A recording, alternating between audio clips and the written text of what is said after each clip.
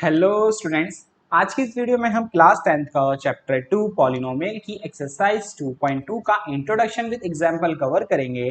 तो चलिए स्टार्ट करते हैं अपनी नेक्स्ट स्लाइड से। सो स्टूडेंट्स, हमें इस एक्सरसाइज का हमारा जो टॉपिक है वो है relationship between zeros and coefficient of a polynomial. Zeros and coefficient of a polynomial. तो अब बात आती है सर, रिलेशन बिटवीन हमें पढ़ना है zeros and coefficient of a polynomial का। पहले ये तो बताओ जीरोस क्या होते हैं और कोफिशिएंट्स क्या होते हैं, है कि नहीं। ये जीरोस क्या होते हैं और कॉफिशिएंट्स क्या होते हैं, ठीक है, बताते हैं आपको। पहले जीरोस का मतलब समझो, ठीक है ना। जैसे मान लो एक पॉलिनोमियल है 2x-4। एक पॉलिनोमियल है 2x-4। मैं कह रहा हूँ x की वैल्यू इसके अंदर 2 पुट करके बताओ आंसर क्या आ रहा है आपका। तो आप क्या करते हो, जहां जहां पर x है वहां 2 लिख देते हो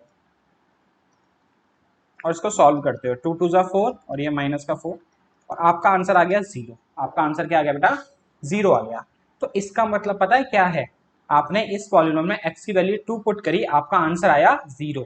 तो इसका मतलब 2 क्या है, जीरोस ऑफ अ पॉलिनोमियल है। जीरोस ऑफ अ, इस पॉलिनोमियल का जीरोस क्या है बेटा, 2 है। अगर हमने वैल्यू पुटिंग करी, आंसर 0 आया, तो इसका मतलब ये जो 2 है ना, जीरोस है। इसका आंसर वैल्यू हमें कितनी मिली इसकी पुट करने के बाद, 0। तो इसका मतलब ये क्या है, जीरोस है। अगर 0 आंसर नहीं आता तो वो जीरोस नहीं होता, उस पॉइंट पे वो जीरोस नहीं होता, ठीक है ना। तो ये होता है बेटा जीरोस। अगर हम बात करें कॉफिशिएंट की, कॉफिशिएंट क्या होता है, जो पॉलिनोमियल होता है, पॉलिनोमियल के अंदर जो वेरिएबल के साथ नंबर मल्टीप्लाई में होता है, पॉलिनोमियल के अंदर जो नंबर वेरिएबल के साथ मल्टीप्लाई में होता है वो होता है कॉफिशिएंट। जैसे इसी पॉलिनोमियल की बात करें हम 2x+4 की, तो यहाँ पे x के साथ क्या लिखा हुआ है, 2। तो यहाँ पे जो 2 है वो एक कॉफिशिएंट है। 2 जो है वो क्या है बेटा, एक कॉफिशिएंट है। तो ये होता है जीरोस और ये होता है एक कॉफिशिएंट, ठीक है। अब हमें जो पढ़ना है relation between zero and coefficient of a polynomial. वो पढ़ना है हमें क्वाड्रेटिक पॉलिनोमियल का। किसका, क्वाड्रेटिक। हमने पढ़ा था ना इंट्रोडक्शन 2.1 में कि एक लीनियर पॉलिनोमियल होता है, क्वाड्रेटिक पॉलिनोमियल होता है और एक क्यूबिक पॉलिनोमियल होता है। लेकिन हमें जो पढ़ना है वो पढ़ना है हमें क्वाड्रेटिक पॉलिनोमियल के बारे में। Quadratic polynomial. तो क्वाड्रेटिक पॉलिनोमियल क्या होता है, ऐसा पॉलिनोमियल जिसकी हाईएस्ट डिग्री 2 हो। ऐसा पॉलिनोमियल जिसकी हाईएस्ट डिग्री 2 हो उसे हम क्वाड्रेटिक पॉलिनोमियल कहते हैं। जैसे मानो 2x² प्लस 5x प्लस 1, इसकी हाईएस्ट डिग्री कितनी है बेटा, 2। तो इसका मतलब ये कैसा पॉलिनोमियल है, क्वाड्रेटिक पॉलिनोमियल है, ठीक है। अब इसकी स्टैंडर्ड फॉर्म देखते हैं, क्वाड्रेटिक पॉलिनोमियल की स्टैंडर्ड फॉर्म क्या होती है। इसकी जो स्टैंडर्ड फॉर्म होती है बेटा वो होती है ax² plus bx plus c। ये क्वाड्रेटिक पॉलिनोमियल की स्टैंडर्ड फॉर्म होती है। और एक चीज और याद रखना कि यहाँ पे जो ए बी सी है एक रियल नंबर है, नॉर्मल नंबर है, अल्फाबेट है, तो ये मत समझना वेरिएबल है। क्योंकि मैंने आपको बताया था 2.1 में कि जो अल्फाबेट, हम जो वेरिएबल होता है उसको अल्फाबेट से रिप्रेजेंट करते हैं। तो अब ये मत सोचना सर यहाँ पे ए बी सी है, अल्फाबेट है, तो ये वो ये वेरिएबल हो गया, नहीं। यहाँ पे एक स्टैंडर्ड फॉर्म लिख रहे हैं हम लोग, क्या कर रहे हैं, स्टैंडर्ड फॉर्म लिख रहे हैं। स्टैंडर्ड फॉर्म लिख रहे हैं तो नंबर में तो स्टैंडर्ड फॉर्म लिखी नहीं जाएगी, तो इसलिए यहाँ पे एबीसी से रिप्रेजेंट करा है मैंने एक रियल नंबर को, ठीक है। तो ये होती है बेटा स्टैंडर्ड फॉर्म किसकी, रियल नंबर की। हम बात करें पहले इसके कॉफिशिएंट्स की। कॉफिशिएंट देखो, अगर मैं आपसे बोलूं x² का कॉफिशिएंट क्या है, तो आप क्या बोलोगे सर, x² का तो भाई x² के साथ क्या लिखा हुआ है, a। तो a कॉफिशिएंट x² का। और मैं पूछूं x का कॉफिशिएंट क्या है, तो आप बोलोगे सर x के साथ लिखा हुआ है b, तो b कॉफिशिएंट है। समझ रहे हो मैंने क्या बताया था अभी, कॉफिशिएंट क्या होता है, जो वेरिएबल के साथ मल्टीप्लाई में होता है।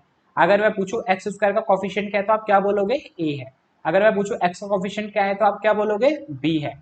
अब c पे यहाँ पे तो कोई कॉफिशिएंट नहीं है, मतलब क्या कहते हैं, वेरिएबल तो नहीं है, तो इसका मतलब ये हमारा नॉर्मल नंबर है। और नॉर्मल नंबर क्या होता है बेटा, कांस्टेंट होता है। तो मैं आपसे पूछूं कांस्टेंट क्या है यहाँ पे, तो आप क्या बोलोगे, वो c है, ठीक है। अब इसको थोड़ा सा एग्जाम्पल से समझो।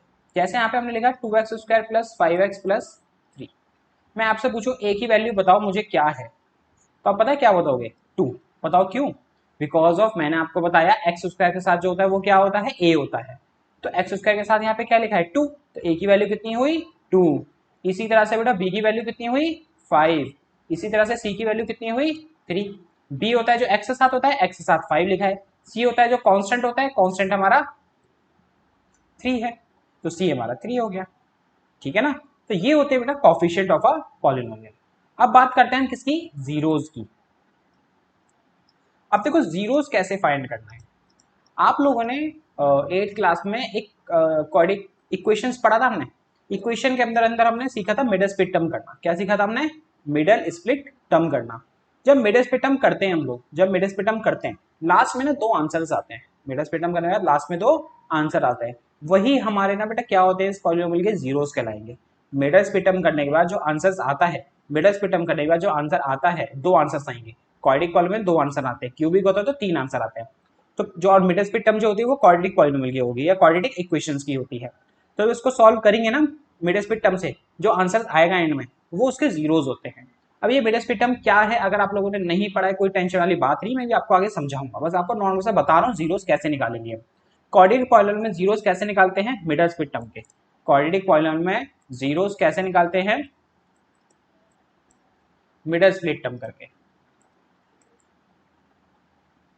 ठीक है। मोस्ट टाइम एक आध क्वेश्चन होते हैं जिसमें मिडल स्प्लिट टर्म नहीं होते, इसको कुछ अलग तरीके से करते हैं, वो भी आपको बताऊंगा मैं। तो अभी फिलहाल सिर्फ इतना याद रखो, जीरोस क्या होते हैं, ये कि वैल्यू पुट करने पे जीरो मिले, और ऐसे नंबर हम कैसे निकालते हैं मिडल स्प्लिट टर्म करके, और कोफिशिएंट आपको ये मैं बता चुका, ठीक है ना। अब इसमें आपको देखो दो चीजें रिलेशनशिप बताती है हमारी, दो चीजें से पता चलती है। एक होता है sum of zero, sum of zeros, और एक होता है बेटा प्रोडक्ट ऑफ जीरोस।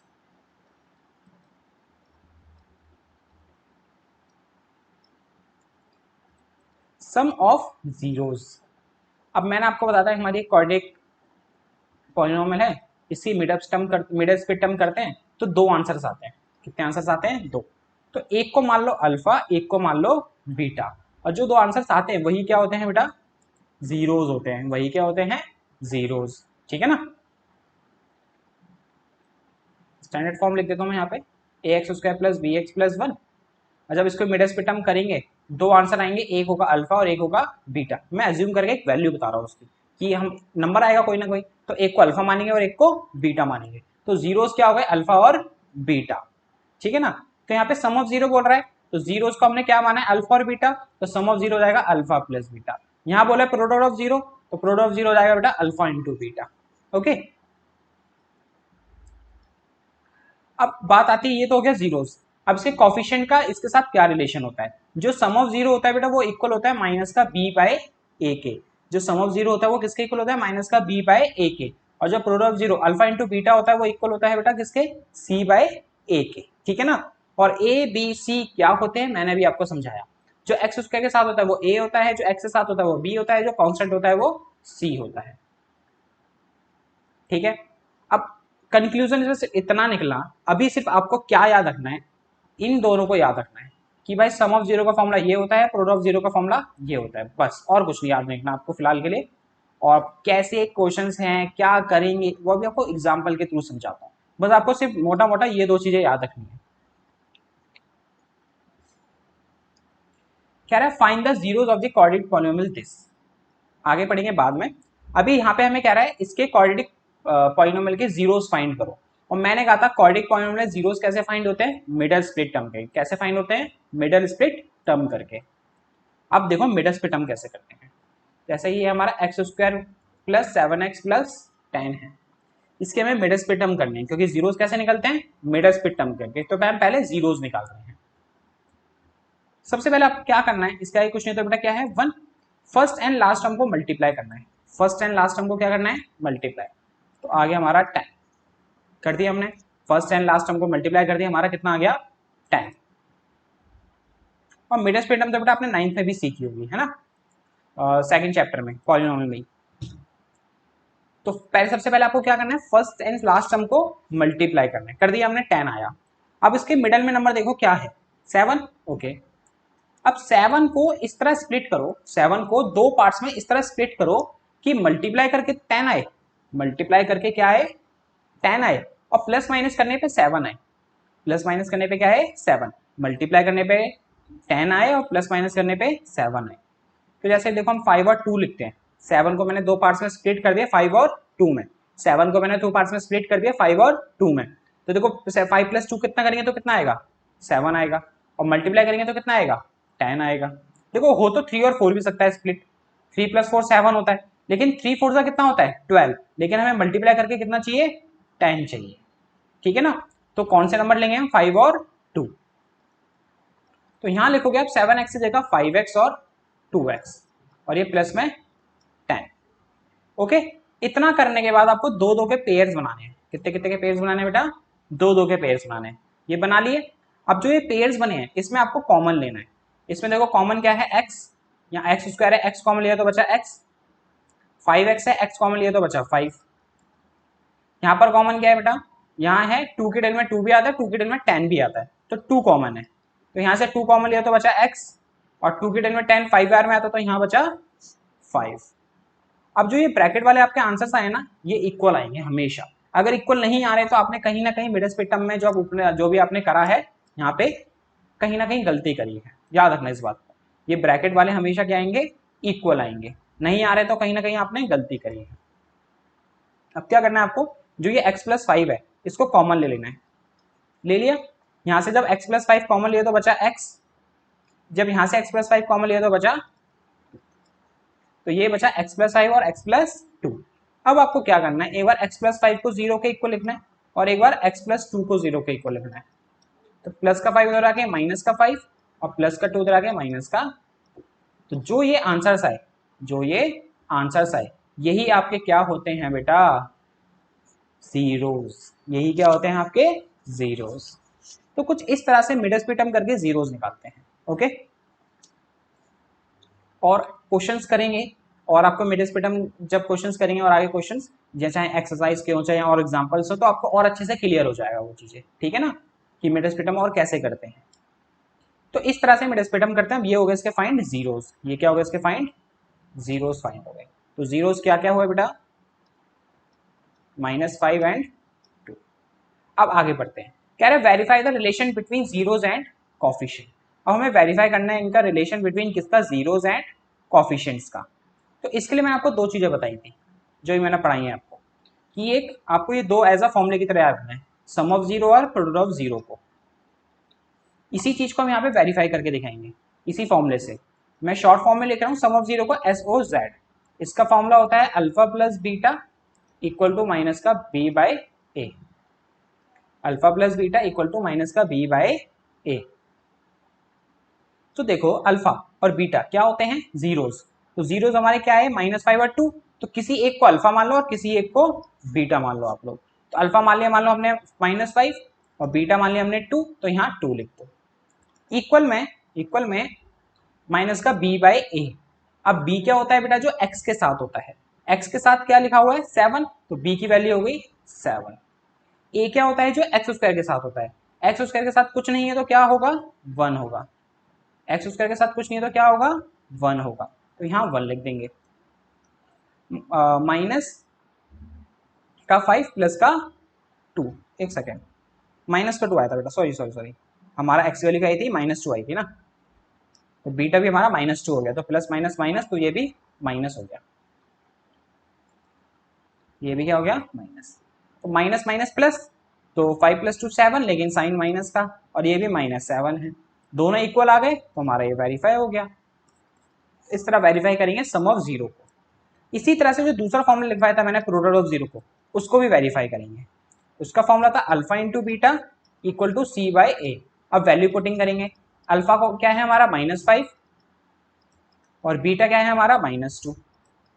और बेटा C की वैल्यू क्या होती है कांस्टेंट, और कांस्टेंट क्या है यहाँ पे 10, और A क्या है x² के साथ जो होता है कुछ नहीं है तो 1। -5 को -2 से करा, कितना आया +10, और ये भी कितना है बेटा 10, ये दोनों भी इक्वल आ गए, तो ये हो गया हमारा वेरीफाई। और हमेशा इक्वल आएगा, कहीं इक्वल नहीं आ रहा तो आपने कहीं ना कहीं गलती करी है, ठीक है ना। तो कुछ इस तरह से करते हैं इस क्वेश्चन। एक नेक्स्ट एग्जांपल देखते हैं और अच्छे से क्लियर हो जाएगा आपको। कह रहा है जीरोस फाइंड करो पहले तो इसके, और फिर वेरीफाई करो जो हमने जैसे करा है sum of zero product of zero को, ठीक है ना। तो मेन काम हमारा, सबसे पहला काम है हमारा जीरोस फाइंड करना। तो हमारी पॉलिनोमियल है हमारा x² - 3। अब यहाँ पर देखो इसकी मिड स्प्लिट नहीं हो सकती क्योंकि ये प्रॉपर फॉर्म में नहीं है, ax² + bx + c, ऐसा है नहीं है। A x square plus b x plus c ऐसा कुछ लिखा हुआ है, नहीं लिखा ना, तो यहाँ पे इसकी मिड स्प्लिट टर्म नहीं होगी। तो इसको कैसे करेंगे? जब भी इस टाइप का क्वेश्चन आता है तो आपको क्या करना है, एक्स स्क्वायर है माइनस में, क्या मैं 3 को √3 का स्क्वायर लिख सकता हूँ? बिल्कुल लिख सकता हूँ। क्यों? क्योंकि सेम रूट्स को मल्टीप्लाई करते हैं तो रूट हट जाता है। √3 इंटू √3 कितना होता है? 3। √2 इंटू √2 कितना होता है? 2। पढ़ा है ना हमने ये चीजें? सेम रूट्स के नंबर को मल्टीप्लाई करते हैं तो रूट हट जाता है और सेम नंबर आ जाता है। तो इसी तरह से जैसे √3 इंटू √3 3 होता है, तो क्या मैं 3 को √3 इंटू √3 ले सकता? और √3 इंटू √3 का मतलब √3 का स्क्वायर। ठीक है ना? तो बस ये चीज लिखी मैंने यहाँ पे। अब यहाँ पे गौर से देखो, एक फॉर्मूला फॉलो हो रहा है क्या, ए स्क्वायर माइनस बी स्क्वायर का? बिल्कुल हो रहा है।